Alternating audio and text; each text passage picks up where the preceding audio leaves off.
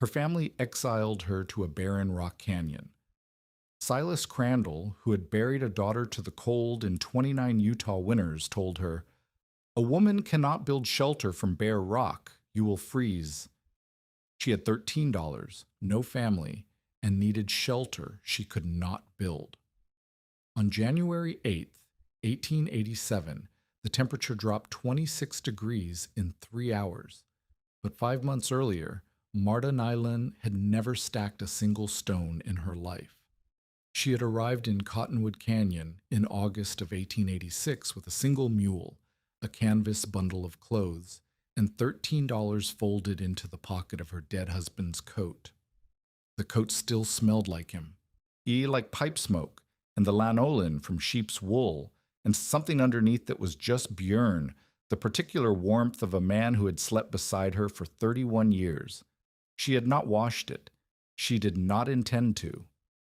Marta Nyland stood at the rim of the canyon and looked down into what her sons had given her. 200 feet below, sandstone walls rose in ribbons of rust and cream, carved by a creek that had run dry 3,000 years before any European set foot on this continent. Juniper trees clung to the slopes like survivors of a shipwreck. The canyon floor was a jumble of talus and shadow, silent except for the occasional scrape of wind across stone. No timber, no level ground, no water that she could see from here, no neighbor within earshot or eyeshot or any kind of shot that might summon help. 40 acres. This was her inheritance. 3 months earlier, her husband had coughed blood into a handkerchief and told her not to worry. 2 weeks after that, she had held his hand while he stopped breathing. 1 week after that, her sons had come to the farmhouse with documents and explained what would happen next. The 160 acres in the valley, the land Björn had cleared and plowed and irrigated and built upon for 15 years, passed to Eric, the eldest. This was territorial law. This was how things were done. A widow's portion was whatever the family deemed appropriate, and the family had deemed 40 acres of canyon rock appropriate. Eric had stood in the kitchen where Marta had cooked 10,000 meals and told her she had two choices. Choice one, a small room in his house. She would help with the children, though she would not interfere with how Anna, his wife, ran the household. She would be comfortable. She would be cared for. She would be, in every way that mattered, a guest in what had once been her own home. Choice two, the canyon plot. Her name was on it because Björn had filed the claim for water access years ago, before anyone realized the creek had shifted underground. It was worthless for farming, worthless for ranching, worthless for timber because there was no timber. But it was hers, legally, and if she wanted to go live on it and die there out of stubborn Norwegian pride, that was her right as an American citizen. Eric had not said the last part. He had not needed to. His face said it clearly enough. "You can visit whenever you like, Mother," he had told her, "but this is how it must be." He had not met her eyes when he said it. She had chosen the canyon. The trail down was steep enough that the mule balked twice, and Marta had to coax it forward with a firm hand and a voice that did not waver. The voice was a lie. Inside, she was shaking. Inside, she was already calculating what she had brought versus what she needed versus the 91 days until the first hard freeze would arrive and kill anything sleeping in the open. The calculation was not encouraging. She had $13, one mule, one canvas bundle containing 2 dresses and a spare pair of shoes, and her husband's wool coat, and a photograph of her parents that had traveled from Norway 40 years ago. She had a cast iron pot, a knife, a hatchet, and a coil of rope. She had 3 pounds of flour and a smaller bag of salt. She had a Bible she could not read without squinting, and a body that had worked hard for 57 years and was beginning, quietly, to fail her. She needed shelter capable of holding warmth through a Utah winter, food for 6 months, water that did not freeze solid, Firewood 7 cords minimum, more likely 10, to burn through the nights when temperatures dropped 30 degrees below zero. She could not. Fell timber that did not exist. Carry logs she could not lift. Build a cabin without boards or nails or another pair of hands. Cut and split 10 cords of wood before November when her arthritic fingers already ached in the August heat. The math did not work. She knew it did not work. She had known it since Eric laid out her choices, and she had chosen the canyon anyway. So saw the mule found its footing on the final switchback and carried her down into the silence. The canyon floor was hotter than the rim by at least 15 degrees. The sandstone walls held the August sun and threw it back, concentrated, so that Marta could feel the heat radiating off the rock as she walked. Sweat soaked through her dress before she had gone 100 yards. She found a flat spot near the south wall where the talus had settled into something approaching level ground.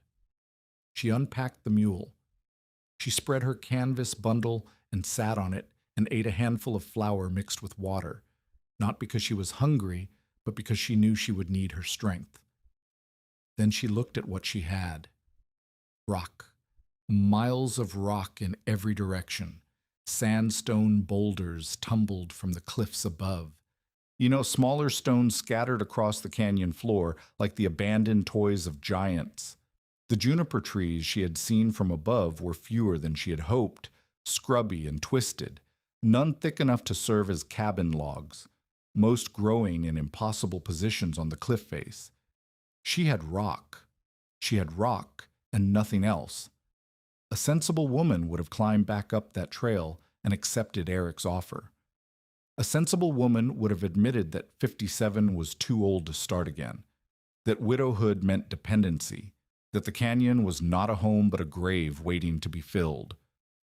Marta Nyland had been sensible her entire life. She had been sensible when she married a farmer instead of the sailor who made her laugh. She had been sensible when she bore 2 sons and raised them to be strong and capable, and then watched them take everything she had built. She had been sensible when her husband died, and she did not scream or break things or accuse God of cruelty. Sensible had gotten her to a canyon floor with $13 in 91 days. She was done being sensible.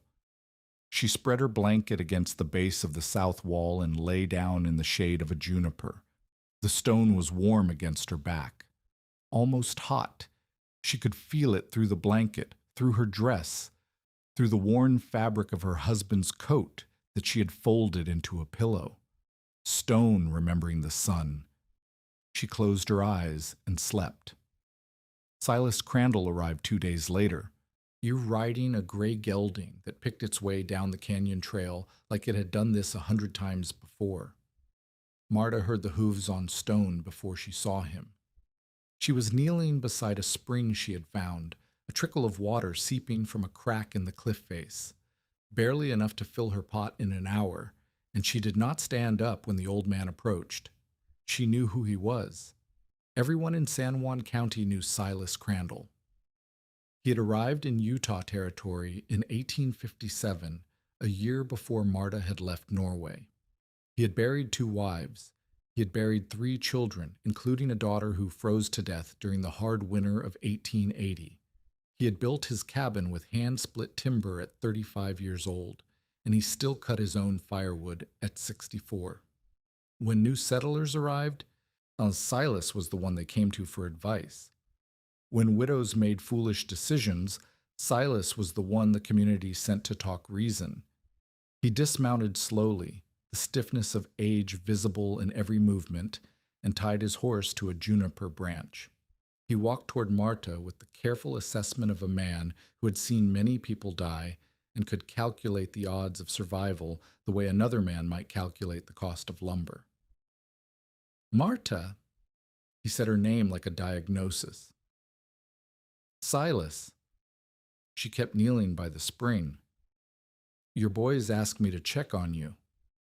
They did not come themselves. Eric has a farm to run.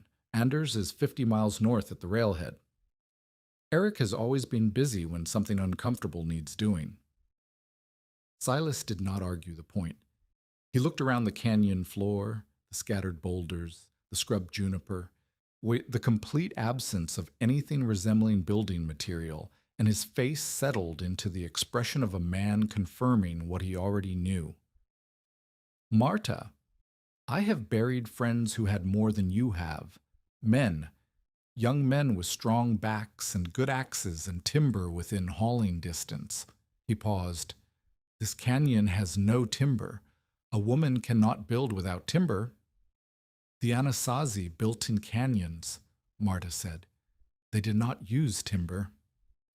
She was not sure why she said it. It had occurred to her during the night, a memory from something Björn had told her years ago about the ancient people who had lived in cliff dwellings throughout this region. Björn had been fascinated by them. He had ridden out to see their ruins once and come back talking about stone walls and south-facing alcoves, and how the old ones had survived in places that seemed impossible. Silas's expression did not change. The Anasazi are gone, Marta. All of them. Dead. Their ruins are empty. That should tell you something. It tells me they survived long enough to build ruins. And then they died. Everyone dies, Silas. The question is how you live first. He was quiet for a long moment. The wind moved through the canyon, carrying the smell of sage and hot stone. How old are you, Marta? 57. 57. He said it like a prison sentence. And you think you can build a shelter in this canyon with no timber, no help, no experience in construction? I think I can try. Trying will not keep you warm in January. Neither will sitting in Eric's spare room. Silas shook his head slowly, not in disagreement, in something closer to pity. The pity stung worse than the disagreement would have. A woman alone cannot build shelter from bare rock. He spoke slowly now, making sure each word landed. You will freeze, Marta, and there will be no one to find your body until spring. The words hung in the air between them, a verdict delivered by a man who had earned the right to deliver it. 29 Utah winters, 2 dead wives, 3 dead children. Silas Crandall knew exactly what this territory could do to people who were not prepared. Marta finally stood up. Her knees ached, her back ached. Her hands ached where the arthritis had begun its slow work of turning her fingers into useless claws. Then I will freeze, she said, and you can tell Eric you warned me. Silas stared at her for a long moment. Then he untied his horse and mounted without another word. He rode up the trail and did not look back. Marta watched him go. When the sound of hooves faded, she was alone again with the rock and the silence and the 90 days she had left to do the impossible. That night, she lay against the south wall of the canyon and tried to sleep. The days were brutally hot, August in the high desert, temperatures climbing past 100 degrees by noon, but the nights dropped 40 degrees in a matter of hours. By midnight, Marta was shivering under both blankets, her teeth chattering, her arthritic fingers curled into painful fists. Whereas she pressed her back against the sandstone wall. The rock was warm. She froze, not from cold, but from surprise. The wall behind her held heat. Not much, not like sitting by a fire, but a steady, gentle warmth that had been absorbed during the day and was now radiating outward into the cooling air. Marta rolled over and placed her palm flat against the stone. She could feel it clearly. The rock was warmer than the air around her, warmer than the ground beneath her blanket, warmer than anything else in the canyon. She closed her eyes and saw her father, Lars Halvorsen, stonemason of Setesdal Valley, Norway. A man who had spent his life building with rock, walls, and foundations, and the mountain huts called cedar where farmers lived during summer grazing season. She had been a child when he built one particular cedar. It tucked into a south-facing cliff high in the mountains, and she remembered helping him carry stones even though she could barely lift them. "Why do we build into the cliff, Papa?" she had asked.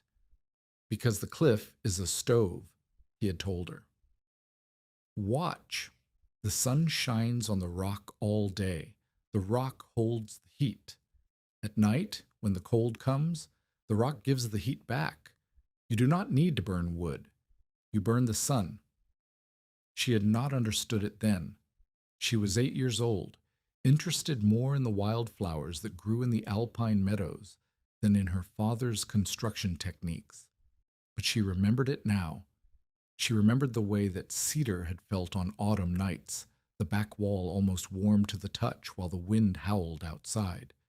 She remembered sleeping against that wall with her brothers while her father fed only a tiny fire, barely more than coals, and the shelter stayed comfortable through the night. The cliff is a stove. You burn the sun. Marta sat up in the darkness. Her heart was beating fast. Her mind was racing through calculations she had not made in 30 years. A south-facing cliff. South-facing because in the northern hemisphere, the sun tracked across the southern sky, and a south-facing surface received the maximum hours of direct sunlight. In August, that meant 10 or 12 hours of solar radiation beating against the rock. In winter, fewer hours, but the sun tracked lower across the sky, striking the cliff face more directly, and the angle of incidence mattered as much as the duration. The rock absorbed heat. Sandstone was dense. Dense materials held heat longer, released it slower. A massive cliff face, thousands of tons of stone, could absorb heat for weeks and release it gradually through cold nights. A small space pressed against that cliff would receive radiated warmth without any fuel. The canyon walls blocked wind. Wind was the great enemy, the thing that stripped heat from a body faster than cold alone. But down here on the canyon floor, protected by 200 feet of stone on every side, the wind could not reach her. A shelter, a small shelter. Built against the south-facing cliff, stone walls to trap the radiated heat, a roof to keep out snow, a door facing south to catch whatever sun made it down to the canyon floor. No timber required, no firewood required, no chimney, no fire, no smoke. Just stone and sun, and the physics her father had understood without ever calling it physics. Marta looked up at the cliff face towering above her in the darkness. She could not see it clearly, but she could feel it. Feel the heat still bleeding from its surface even now, hours past sunset. The cliff was a stove, and she was sitting right next to it. The next morning, she began to plan. She walked the length of the south wall, looking for the right location. She needed an alcove, a place where the cliff face curved slightly inward, providing natural protection from weather while maintaining the south-facing exposure. She needed level ground for a floor and loose stone nearby for walls. She found it 300 yards from where she had been sleeping. A shallow depression in the cliff, perhaps 15 feet wide and 8 feet deep, where the sandstone had eroded unevenly and left a natural overhang. The floor was mostly flat, covered in sand and small stones. Larger boulders, sandstone rubble that had fallen from the cliff above, were scattered within easy hauling distance. Marta paced out the dimensions. 8 feet wide, 6 feet deep. That would give her 48 square feet of floor space, enough for a sleeping pallet, a small cooking area, and minimal storage. Not enough to stand upright everywhere, but she would spend most of her time sitting or lying down anyway. She picked up a stone, about 30 pounds, heavy but liftable. She carried it to the back of the alcove and set it against the cliff face. One stone. She picked up another, carried it, set it next to the first. 2 stones. The walls would need to be at least 5 feet high at the front, meet 7 feet at the back where they met the cliff, 18 inches thick to provide insulation. She calculated roughly 400 stones, maybe more depending on size and shape, 12 tons of rock, give or take. She had 90 days, less now, 88, 87. She was 57 years old with arthritis in her hands and a back that seized up if she bent wrong. She picked up another stone. 3. Ingrid Hammerson arrived on the 4th day. Marta heard the horse before she saw it, a sound that made her straighten up from where she was stacking stones and wipe the sweat from her face with a forearm already covered in red sandstone dust. Ingrid was 41 years old, Norwegian like Marta, but born in America to immigrant parents. She had married Gunnar Hammerson, a rancher with 600 head of cattle and a frame house in the valley that had actual glass windows. She was known throughout the settlement as practical and charitable in equal measure. She rode a brown mare and carried a basket covered with a cloth. "Marta." She dismounted and tied the mare next to Marta's mule. "I brought food, bread and cheese, and some dried apples." "Thank you." Marta did not stop working. She picked up another stone, 40 pounds, maybe 45, and carried it to the growing wall. Ingrid watched her. Her expression cycled through confusion, concern, and finally a kind of weary recognition. "You are building something." "Yes." "What?" "A shelter." Ingrid looked at the crude rectangle of stacked stones. The walls were barely 2 feet high. The interior was dirt and debris. It looked, Marta had to admit, like exactly what Silas had called it, a pile of rocks. "Marta!" Ingrid set the basket down. "Come stay in my root cellar. It's dry. It's warm enough. You can help with the children. God knows I need help with the children. And we will find you proper lodging before winter." "This is my lodging." "This is a pile of rocks." "It will be a shelter." "Made of what? Stones you can barely lift? With what for a roof? Juniper branches?" "Marta, this is not Norway. This is not your father's country. You cannot build a cedar in a Utah canyon." Marta set down the stone she was carrying. 42 pounds. She had been counting. "How do you know about cedar?" "My grandmother told me stories." Ingrid's voice softened. "The mountain huts, built into cliffs. She said they were warm without much fire. She said her grandfather could sleep in one through a blizzard." "Yes." "But that was Norway. The mountains there are different. The stone is different. The winters are different." "Stone is stone. Sun is sun. Cold is cold." Marta picked the rock back up. "The principal does not care what country it is in." "You think you remember your father's old ways?" Ingrid stepped closer, genuine concern in her voice now. "Marta, that was 30 years ago. You were a child. You cannot build a home for memories." "It is not a home." Marta carried the stone to the wall and placed it carefully, checking the fit against the stones below. "It is a shelter. There is a difference. The difference is whether you live or die." "No, the difference is how much space you need to heat." Marta turned to face her. "A home is big, so there's your rooms for living and sleeping and cooking, windows to let in light, a chimney to carry smoke. You need fire to heat a home, cords and cords of wood. A shelter is small, just enough space to survive. If the space is small enough and the heat source is steady enough, you do not need fire at all." Ingrid stared at her. "What heat source? You have no stove." Marta pointed at the cliff face behind her, 200 feet of sandstone glowing rust orange in the afternoon sun. "That is my stove." "The rock?" "My father called it burning the sun. The cliff absorbs heat all day. At night, it releases the heat. If I build a small shelter against the cliff, the shelter stays warm. Not hot, not comfortable, but warm enough to survive. Ingrid was quiet for a long moment, or her eyes moved from Marta to the cliff to the half-built walls and back again. She was thinking, calculating, trying to decide if this was genius or madness. How do you know it will work? I do not know.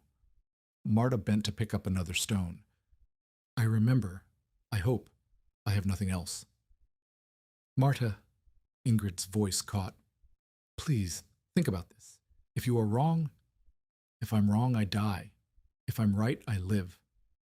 She straightened, the stone heavy in her hands. Those are the same odds I faced when I left Norway, the same odds I faced when I married Björn, the same odds every woman faces every day. I am used to them. Ingrid stood there for another minute. Then she picked up the basket of food and set it on a flat rock near the shelter.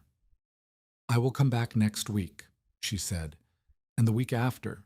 And if you need help, I will not ask for it. I know. Ingrid untied her mare. That is what worries me. She mounted and rode away up the canyon trail. Marta watched her go. Then she bent and picked up another stone. 400 stones, 11 more tons. 83 days. The math still did not work, but the wall was growing. By the end of August, the walls were 2 feet high.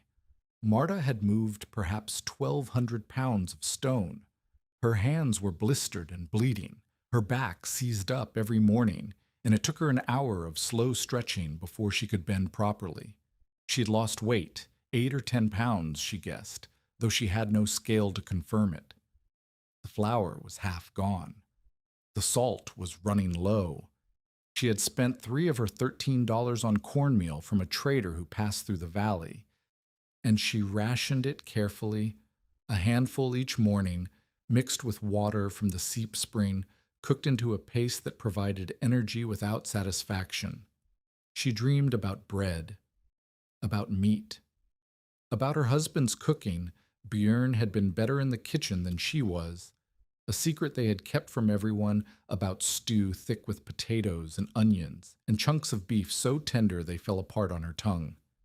She woke each morning to cornmeal paste and the taste of red sandstone dust in her mouth. The walls grew. The design had evolved as she built. The back wall, the one against the cliff, she kept thin, just a single course of stones. Heat needed to transfer from the cliff face into the shelter, and thick walls would slow that transfer. But the front walls and side walls she built double-coursed. 2 rows of stones with a gap between them, filled with sand and smaller rubble. Insulation. The heat that radiated from the cliff would escape through thin walls. Double walls trapped it inside. She figured the angles as she went. The doorway faced south, positioned to catch the morning sun. In winter, the sun would rise late and set early, tracking low across the southern horizon. Every hour of direct light mattered. The roof would be the hardest part. She needed juniper poles to span the gap, 7 or 8 feet long, sturdy enough to support a load of brush and earth. The junipers in the canyon were twisted and scrubby, nothing like the straight timber she would have needed for a real cabin, but she had found a few candidates growing on the slopes above. Getting them down would be another problem. Getting them onto the walls would be another problem after that. One problem at a time, the wall first. The wall she could do, stone by stone, pound by pound, day by day. Eric came on the 1st of September. Marta was kneeling inside the half-built shelter, fitting a stone into the front wall, when she heard hooves on the trail above. She knew the sound of his horse, a black mare with an uneven gait, one leg slightly shorter than the others from a foaling injury, and she knew who was coming before she looked up. She kept working.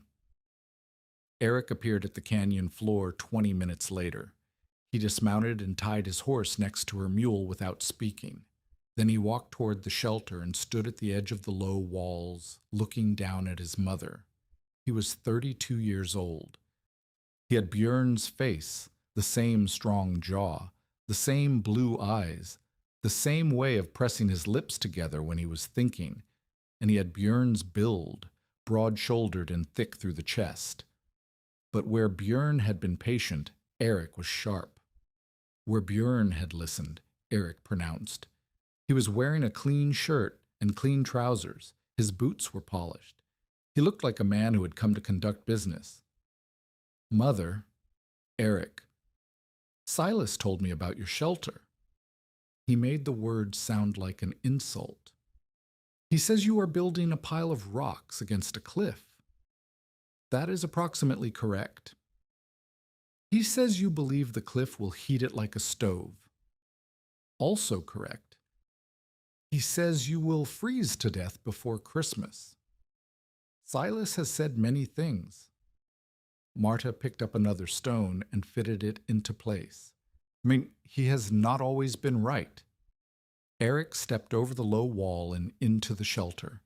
The space was roughly 6 feet square at this point, walls waist high, floor still covered in sand and debris. He stood in the middle of it, looking up at the cliff face that towered above them, and shook his head. This is madness, Mother. So I've been told. This is a grave. You are building your own grave. If I am, it will be mine, not yours. He turned to face her. His expression was complicated, anger and frustration, and something underneath that might have been fear, or shame, or both. When will you stop this foolishness? When it is finished. When what is finished? This pile of rocks? This hole in the ground? His voice rose. You are 57 years old. You cannot lift a tree. You cannot cut firewood. Again, you cannot do anything that survival requires. I can lift stones. Stones will not keep you warm. You are standing inside stones right now. Marta set down her rock and stood to face him. And you have not noticed that you are sweating. It was true. The shelter, even half built, was noticeably warmer than the open canyon floor. The August sun had been beating on the cliff all morning, and the heat radiating from the sandstone face had nowhere to go except into this small enclosed space.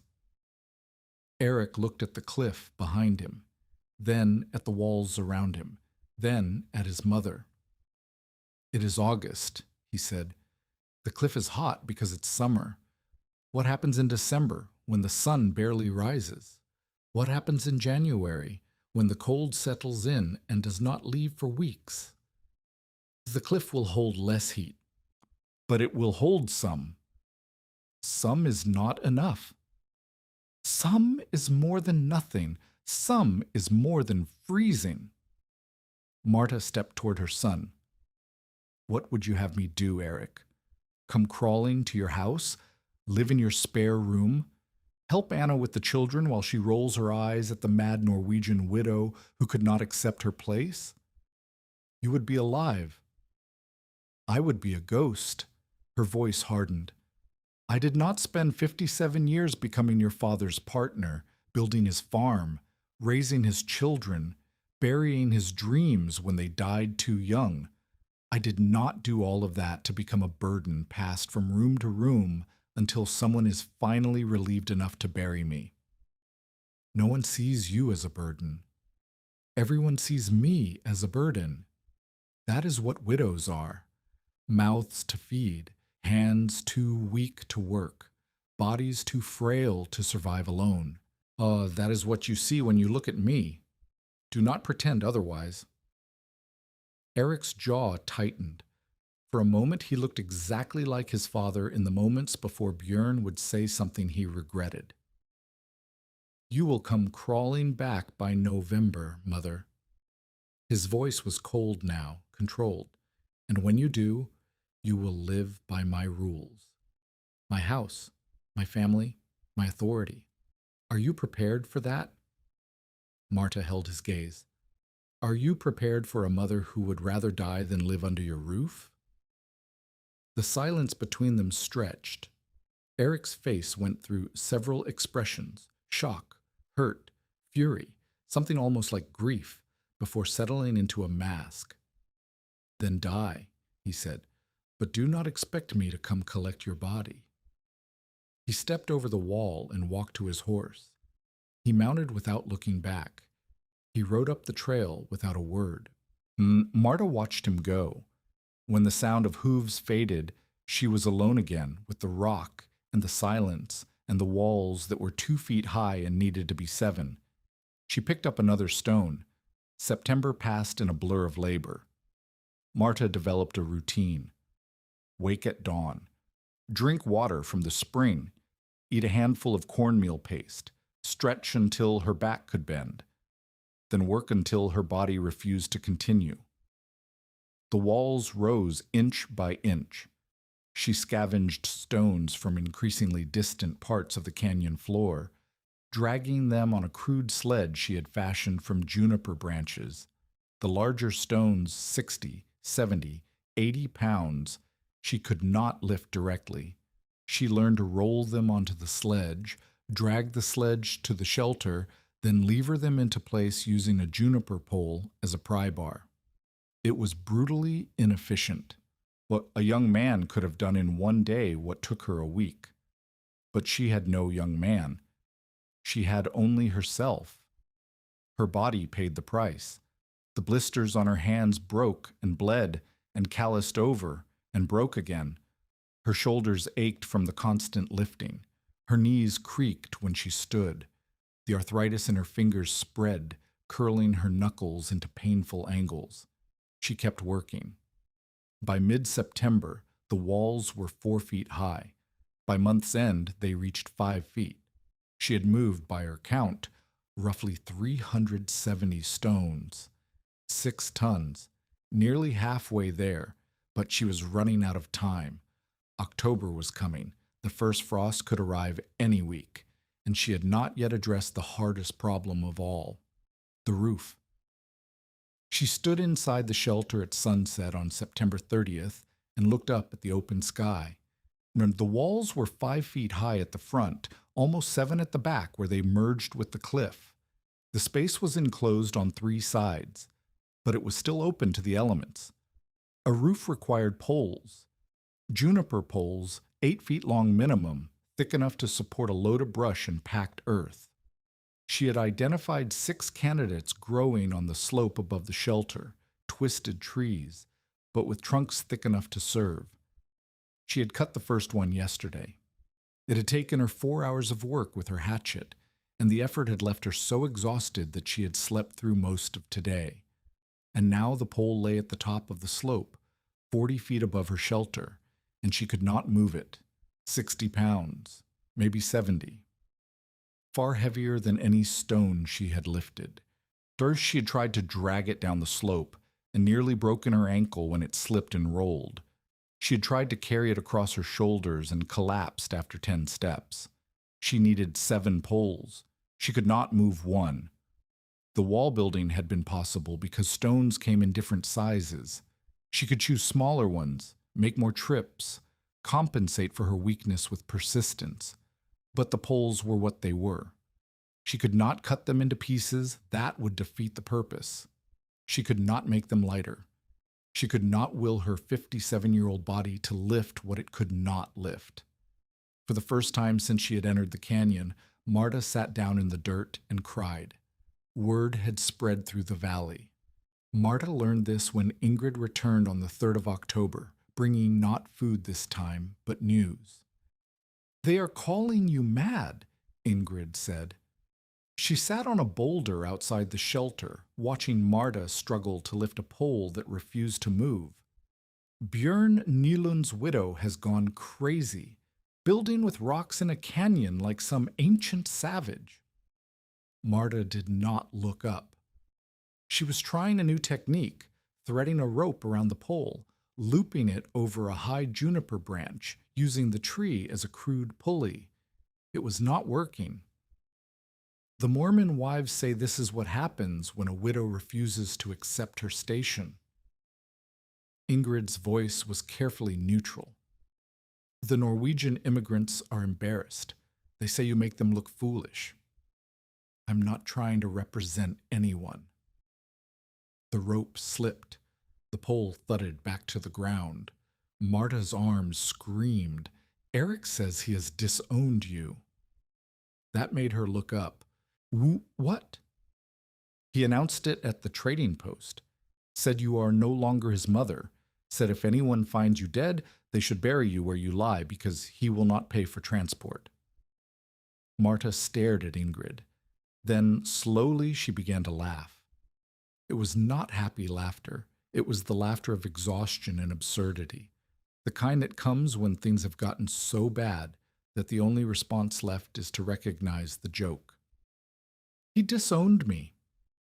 Yes, after taking my land, after taking my home, after leaving me with 40 acres of rock. The laughter kept coming. He disowned me. Ingrid did not laugh with her. Marta, this is serious if you die. If I die disowned. A fitting end for a woman who refused to accept her station? Marta wiped her eyes. Oh, at least I will not have to hear him speak at my funeral. There will not be a funeral if you cannot finish the shelter. I know. Ingrid looked at the pole, then at Marta, then at the 5-foot walls behind them. Her expression shifted from concern to calculation. You cannot lift those poles alone. I know. You need help. No one will help me. I will help you. Marta went still. What? I will bring my sons, Gunnar Jr. and Henrik. They're 14 and 16, strong boys. They can lift what you cannot. Ingrid, I still think you're mad, Marta. Ingrid stood up and brushed the dust from her skirt. But I will not watch you die because you cannot lift a pole. I cannot pay you. I did not ask for payment. Then what do you want? Ingrid smiled, but there was sadness in it. I want you to prove me wrong.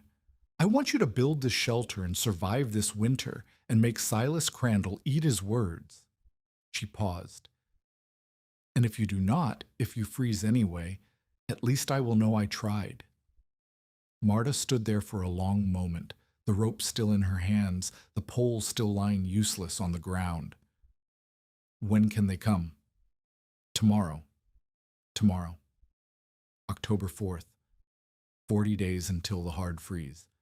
40 days to finish the roof, seal the gaps, prepare for winter. It was still not enough time, but it was more than she had 5 minutes ago.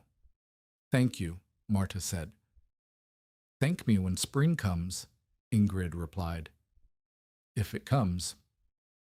Gunnar Jr. and Henrik Hammerson arrived at dawn on October 4th. They came down the canyon trail on foot, leading a mule loaded with tools, a crosscut saw, a coil of heavy rope, but are 2 iron spikes that could be driven into rock. They were tall boys, both of them, with their father's broad shoulders and their mother's careful eyes. They looked at the half-built shelter the way they might look at a calf born with 2 heads, fascinated and uncertain whether they were witnessing a miracle or a disaster. Mother said you need help with poles, Gunnar Jr. said. He was 16, the elder, and he spoke with the practiced authority of a boy who had been doing a man's work since he was 12. I do. She said you are building a shelter against the cliff. I am. She said the cliff will heat it. It will. The boys exchanged a glance. Henrik, 14, quieter, with a habit of watching before speaking, looked up at the cliff face towering above them. The morning sun had just crested the canyon rim. We and the first rays were striking the sandstone, turning it from gray to gold to blazing orange. How? Henrik asked. It was the first time anyone had asked her to explain. Marta set down the stone she had been about to lift and walked to the shelter wall. She placed her palm flat against the sandstone cliff, that formed the back. Feel this. Henrik stepped into the shelter and touched the rock. His eyes widened. It is warm. It is October. The nights are cold now, 35, 40 degrees. But the rock is warm. Do you understand why? The boy thought about it. The sun? The sun. All day yesterday, the cliff absorbed heat. Stone holds heat longer than air. When the temperature dropped last night, the cliff kept releasing what it had stored. She tapped the rock. This wall is not a wall, for it is a stove that burns sunlight. Gunnar Jr. had come closer to listen. He touched the cliff face, then pulled his hand back as if surprised. But it is October, he said. The sun is weaker than in summer. In January, the sun will be weaker still. The cliff will hold less heat, but it will hold some. Marta gestured at the stone walls around them. My job is to trap whatever heat the cliff provides. Small space, thick walls, no gaps for cold air to enter. If I do it right, the shelter will stay above freezing even when the outside drops 30 degrees below. If you do it right, Gunnar Jr. repeated. Yes, if. The boys looked at each other again. Some communication passed between them, the wordless language of siblings who had worked together their whole lives. Show us the poles, Henrik said. Wanted the first pole came down in 2 hours. The boys had brought the crosscut saw for felling, but the real challenge was transportation. 60 pounds of green juniper, 8 feet long, on a 40-degree slope covered in loose scree. Marta had nearly killed herself trying to drag it alone. The boys made it look almost easy. They worked in tandem, one at each end of the pole, moving in coordinated steps, calling out warnings when the footing turned treacherous. Marta watched them and remembered watching Björn work with their sons when the boys were young, before they grew into men who saw their mother as a burden to be managed. By noon, 3 poles lay at the base of the shelter. By sunset, all 7 were down. The boys stayed for dinner, cornmeal paste, which they ate without complaint, and slept in the shelter that night, nommed their backs against the warm cliff face. In the morning, they helped Marta lift the first pole onto the walls. This was the hardest part. The poles had to span from the front wall to the cliff face, resting on the stone at one end, and wedging into a natural crack in the sandstone at the other. The angle was awkward. The weight was punishing. Even with 3 people lifting, the first pole slipped twice before they got it seated, but they got it seated. How many more? Henrik asked, wiping sweat from his face.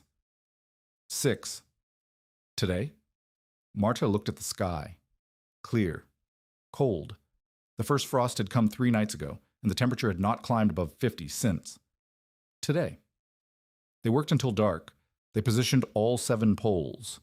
And when the last one was in place, spanning the shelter like the ribs of some great beast, Marta stood in the middle of her creation and looked up at the sky framed between juniper and stone.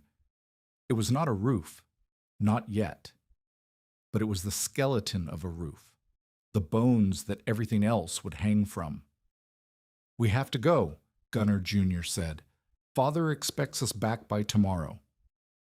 I know. Mother says she will come next week to check on you. Tell her thank you. The boys gathered their tools and their mule.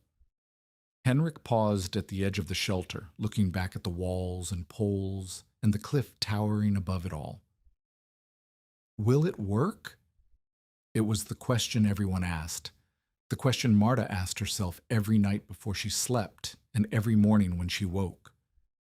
I do not know, she said, but it is the only chance I have.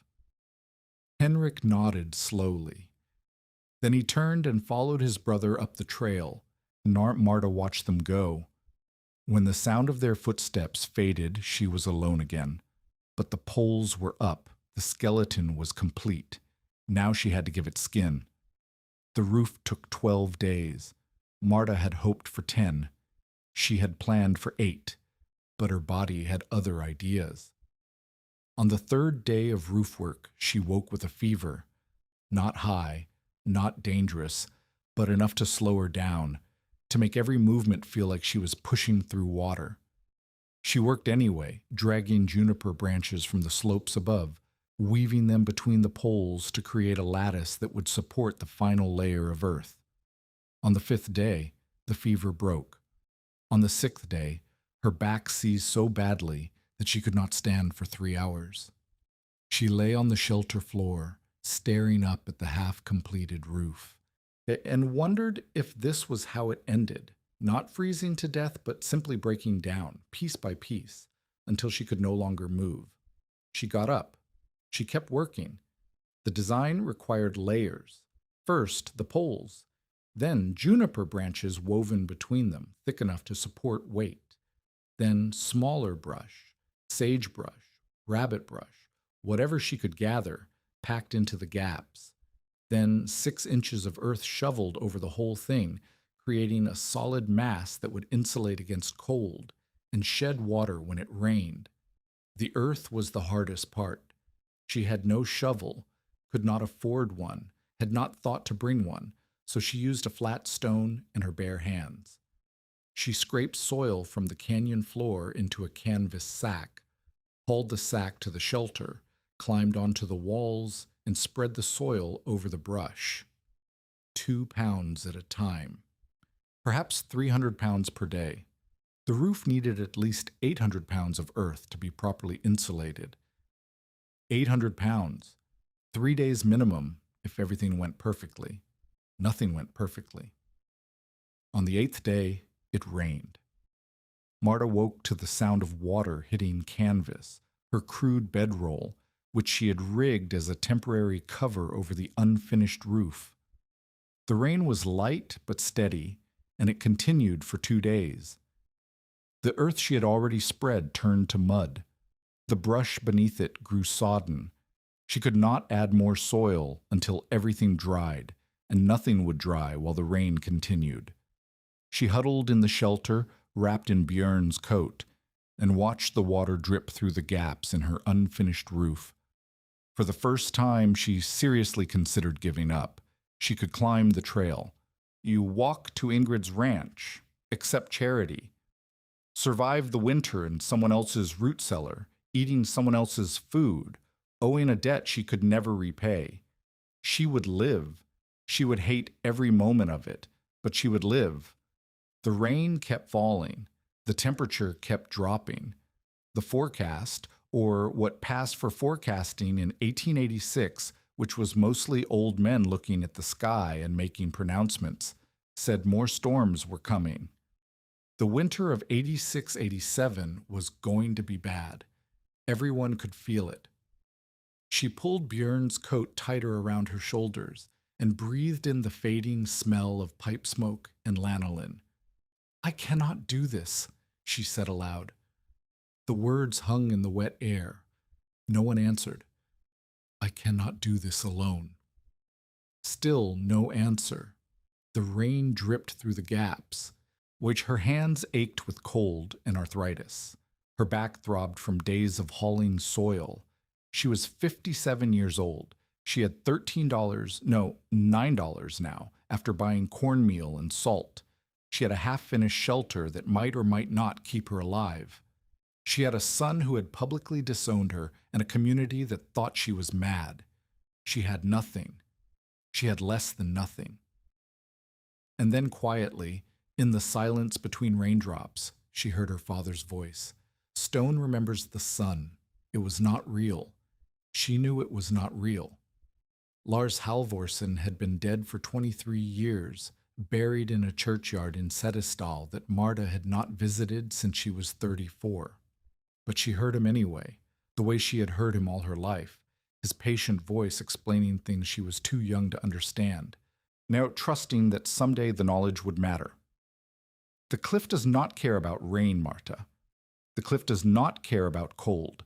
The cliff has been holding heat since before humans walked this land. You only need to give it a place to share. She closed her eyes.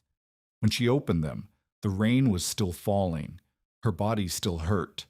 Her situation was still impossible, but she was still here, still breathing, still able to move her hands, however much they ached. She picked up her flat stone and began scraping soil. The roof was finished on October 16th. 840 pounds of earth packed over 6 inches of brush, supported by 7 juniper poles braced against the cliff. The surface was uneven. She had no tools to smooth it, but it was solid. When she climbed on top to check for gaps, Ingrid held her weight without creaking. From the outside, the shelter looked like a wound in the canyon wall, a dark rectangle of stacked stone, roughly 8 feet wide and 6 feet deep, tucked into a natural alcove with a dirt-covered roof that sloped away from the cliff at a gentle angle. The front wall rose 5 feet. The back merged with the sandstone, and the whole thing seemed to crouch against the rock like an animal seeking shelter from a storm. It was ugly. It was primitive. It looked nothing like the neat frame houses and log cabins that proper settlers built, but it was finished. Marta stood outside and surveyed her work. 43 days of labor, roughly 450 stones moved, totaling perhaps 12,000 pounds. 7 poles cut and placed, 800 pounds of earth hauled by hand. You see all of it done by a 57-year-old woman with arthritic hands and a body that had tried to quit on her a dozen times. She allowed herself one moment of satisfaction. Then she went back inside to seal the gaps. The gaps were everywhere. Dry stacked stone, stone laid without mortar, had advantages. It did not require materials she did not have.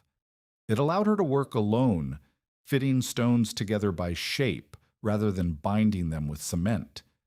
It could be adjusted and rebuilt if she made mistakes. But it leaked. Air found every crack, every space where one stone did not quite meet another. Standing inside the shelter on a windy day, Marta could feel cold fingers of air pushing through the walls in a dozen places. Cold air meant heat loss. Heat loss meant death. She needed mud. She needed mortar. Or she needed something to fill the gaps. The canyon provided. Near the Seep Spring, where water trickled from the cliff face and pooled in a small basin, there was a deposit of clay. Red clay, thick and sticky, mixed with sand and small stones. Marta discovered it by accident, stepping into what she thought was solid ground and sinking ankle-deep in muck. It took her half a day to dig out enough clay to begin.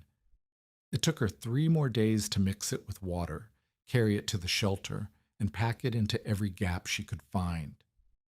The work was tedious. She used her fingers, pressing the clay into cracks, smoothing it over rough edges, building up layers where the gaps were wide. The clay was cold and wet, and her hands went numb within minutes. She had to stop frequently to warm them against the cliff face, but the gaps closed. One by one, inch by inch, the walls became solid. By October 22nd, the interior was sealed. That night, she slept in the shelter for the first time with the door closed. She had made the door from juniper branches lashed together with strips of canvas, reinforced with a deer hide that Ingrid had given her. It was not tight. Air still seeped around the edges, but it blocked the worst of the wind. The temperature outside dropped to 28 degrees. Inside the shelter, pressed against the cliff face, Marta was not warm. She was never warm, but she was not cold enough to shiver. The rock at her back radiated a gentle heat, steady and constant, and the sealed walls trapped that heat inside. She slept better than she had slept in months. Silas Crandall returned on October 25th. He came down the trail slowly, while his gray gelding picking its way over rocks that had grown slick with frost. The canyon was colder now, daytime temperatures barely cresting 40 degrees, nights dropping below 20. The first real freeze was coming. Everyone could feel it. Marta was outside the shelter when he arrived, patching a section of roof where the earth had settled and opened a gap. She did not stop working when she heard the hooves. Marta. He dismounted with the same careful stiffness she remembered. You are still alive. I am. I did not expect that. I know. He walked to the shelter and stood at the entrance, examining the walls and roof and door. His expression was unreadable, the face of a man who had learned to show nothing. You sealed the gaps. I did. Where did you find clay? Near the spring. He touched the wall, running his fingers over the packed mud between the stones. This will crack when it dries. I know. I will repack it. Every week? If I must. Silas stepped inside the shelter. It was too small for him to stand fully upright. The roof sloped down toward the front, but he could crouch comfortably. He placed his palm against the cliff face, the same way Marta had shown Ingrid's sons 3 weeks earlier. He did not speak for a long moment. It is warm, he finally said. Yes. The sun has been down for 2 hours. I know. He pulled his hand back and looked at her. His expression had shifted, something that might have been curiosity or respect, or simply the acknowledgement that he had underestimated her. This might work. Marta felt something loosen in her chest. Not triumph, not yet, but something. Might is not will.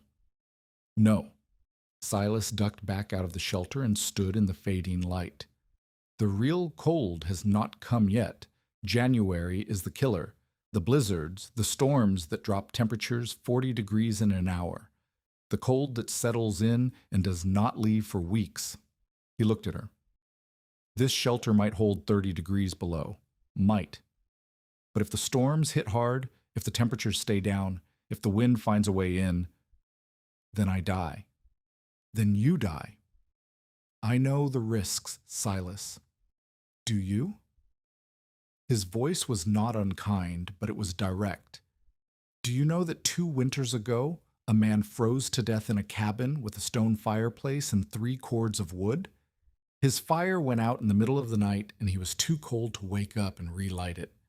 They found him in his bed, wrapped in blankets. He looked like he was sleeping. I know. Do you know that last winter, a family of 5, husband, wife, 3 children, burned their cabin to the ground trying to keep warm? The father built the fire too high, the chimney cracked, the roof caught. They all survived the fire. But the 2 youngest children froze to death before morning because they had no shelter left. I know.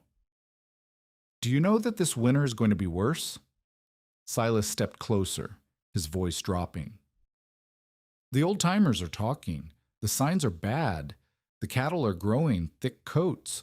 The birds are leaving early. Something is coming, Marta. Something bad. I know, she said again. That is why I built this. Silas stared at her for a long moment. Then, slowly, he shook his head, not in disagreement, but in something like wonder.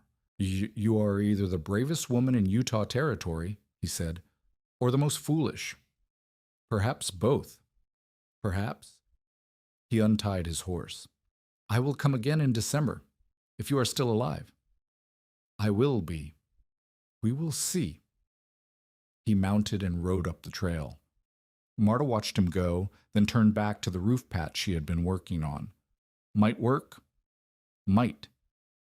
It was not certainty, but it was not dismissal either. She would take it.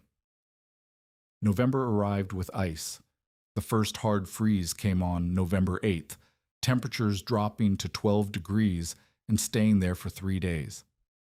Marta woke that first morning to find frost on the inside of her door, delicate patterns of white crystal spreading across the juniper branches like lace.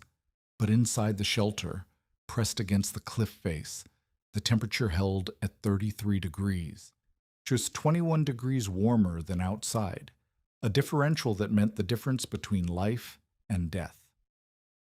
She began tracking the numbers. Each morning, before she did anything else, she placed her hand against the cliff and estimated the temperature. Each night, before she slept, she did the same.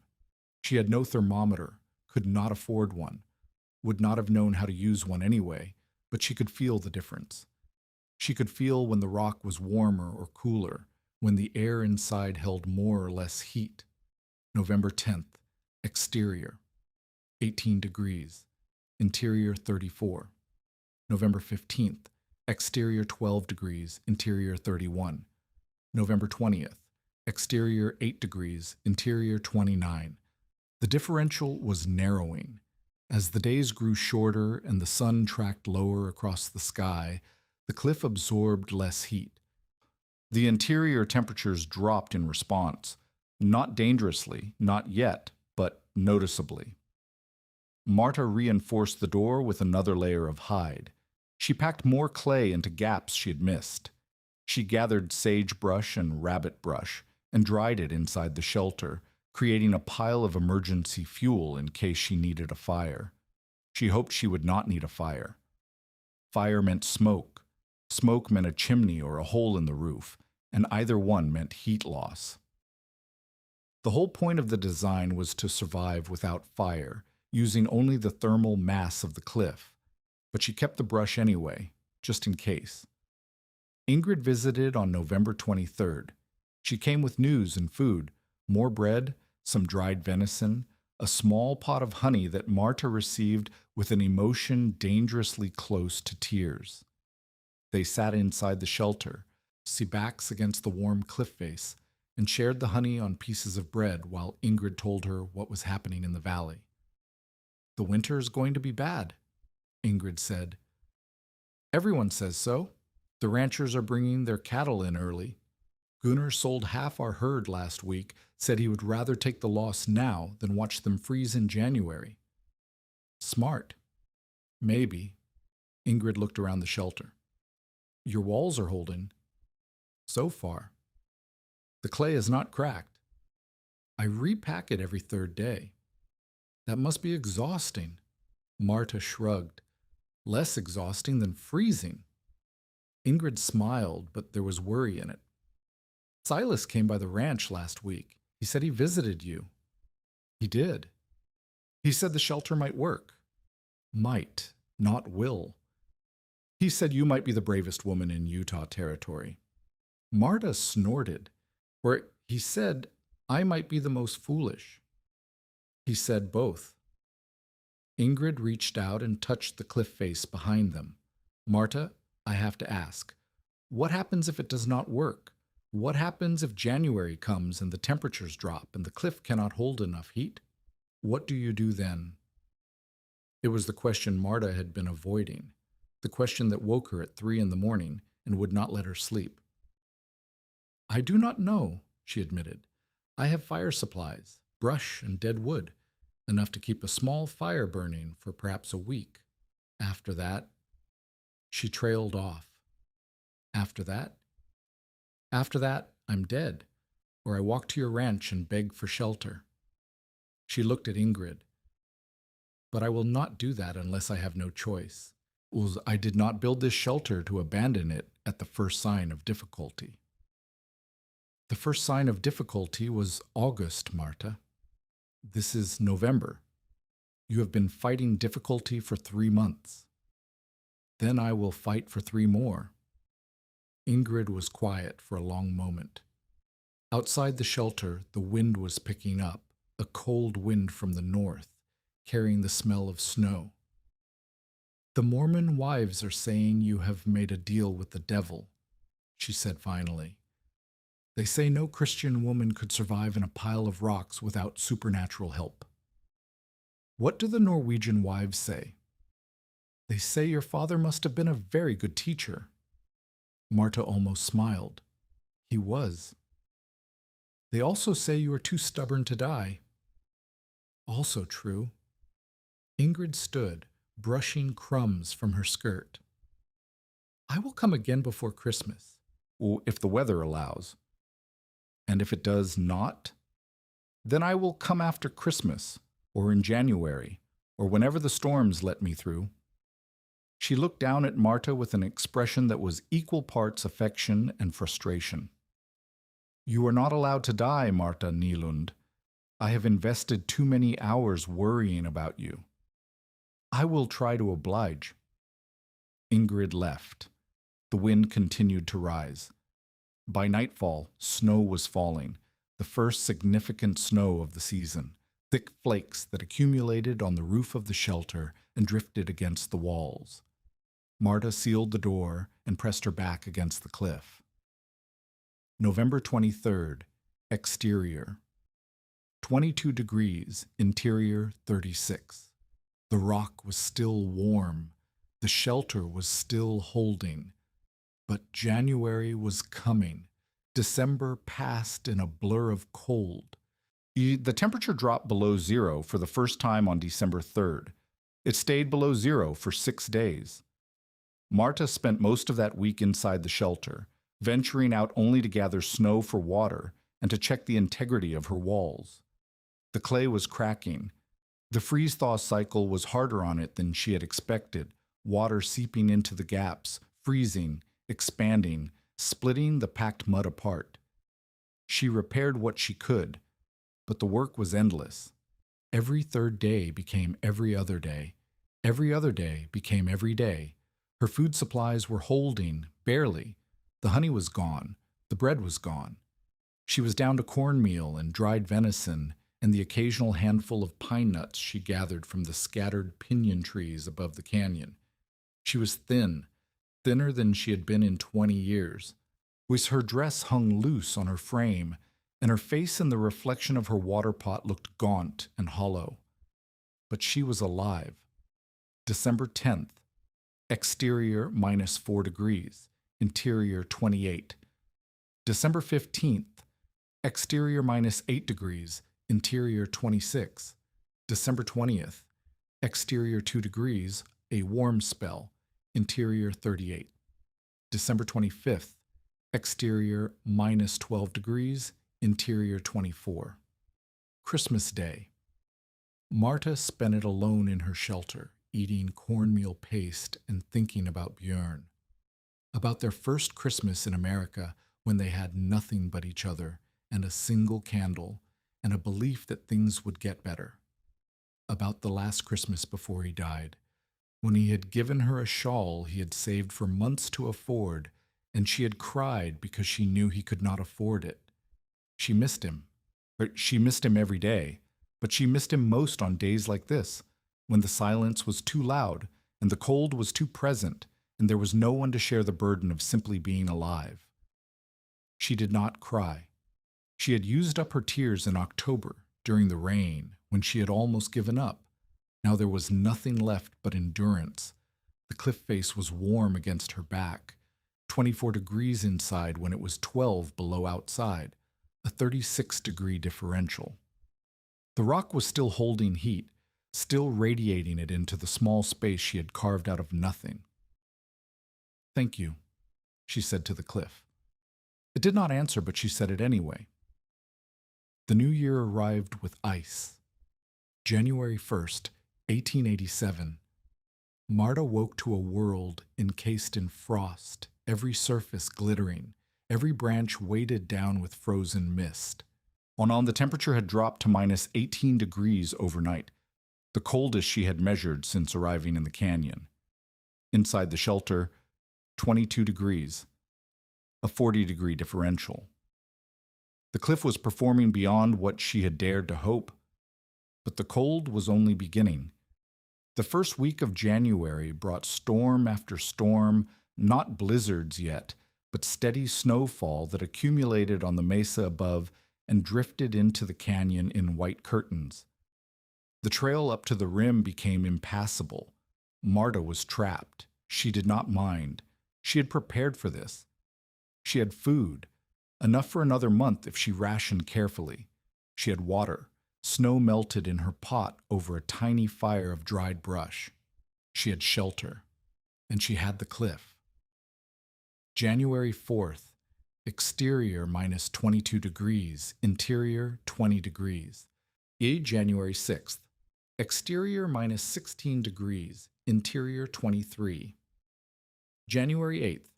Exterior minus 8 degrees, another warm spell, interior 31. The pattern was holding. Colder nights meant cooler interiors, but the differential stayed stable.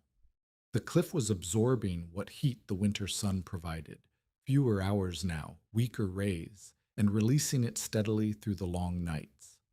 She began to believe she might actually survive. January 8th dawned clear and cold. Marta emerged from her shelter just after sunrise to find the canyon transformed. The storms had passed, leaving behind a landscape of white and gold, snow blanketing the floor, sandstone walls blazing in the low winter sun. The sky was a blue so deep it hurt to look at. It was beautiful, terrifyingly beautiful. She checked her walls, and the clay had cracked in several places overnight, the freeze-thaw cycle continuing its slow work, and she spent 2 hours repacking the gaps with fresh mud. Her fingers went numb almost immediately, and she had to stop every few minutes to warm them against the cliff. By noon, the repairs were done. She ate a small meal of cornmeal and dried venison, then climbed to a ledge above the shelter where she could see down the length of the canyon. Nothing moved. The snow lay undisturbed except for the tracks of a rabbit and what might have been a coyote. The silence was absolute. She looked up at the sky. The blue was fading. Not to gray, not yet, but to something paler. Something that had a quality she did not like. The air felt different too. Heavier, charged with something she could not name. She had lived through enough Utah winters to know what that feeling meant. A storm was coming. She climbed down from the ledge and began preparing. She gathered extra brush from the slopes, enough for a week of small fires if she needed them. She melted snow and filled every container she had with water. She checked the door, checked the walls, checked the roof. By mid-afternoon, the sky had turned the color of iron. By sunset, the wind had begun to rise. January 8th. Exterior. 22 degrees at 3 in the afternoon. By 6 in the evening, exterior minus 4 degrees. A drop of 26 degrees in 3 hours. Marta sealed herself inside the shelter and waited. The cyclone hit at midnight. Marta was dozing against the cliff when she heard it, a sound like nothing she had experienced before. Not wind, not a storm. It was something deeper, more primal, a roar that seemed to come from the earth itself. She pressed her back harder against the warm stone and listened. The canyon walls were doing their job. She could hear the storm raging somewhere above, the howl of wind, the crack of breaking branches, the strange keening sound of snow being driven horizontal across open ground. But the sound was distant, muffled. The 300 feet of sandstone between her and the mesa top were blocking the worst of it. Inside the shelter, the air barely moved. She checked the door. The hide covering was straining against its lashings, bulging inward with each gust that found its way to the canyon floor. But it held. The walls held. The roof held. The temperature dropped. January 9th, 1 a.m. Exterior estimate minus 20 degrees. Interior 34 degrees. East January 9th, 3 a.m. Exterior estimate minus 28 degrees. Interior 31 degrees. January 9th, 6 a.m. Exterior estimate minus 32 degrees.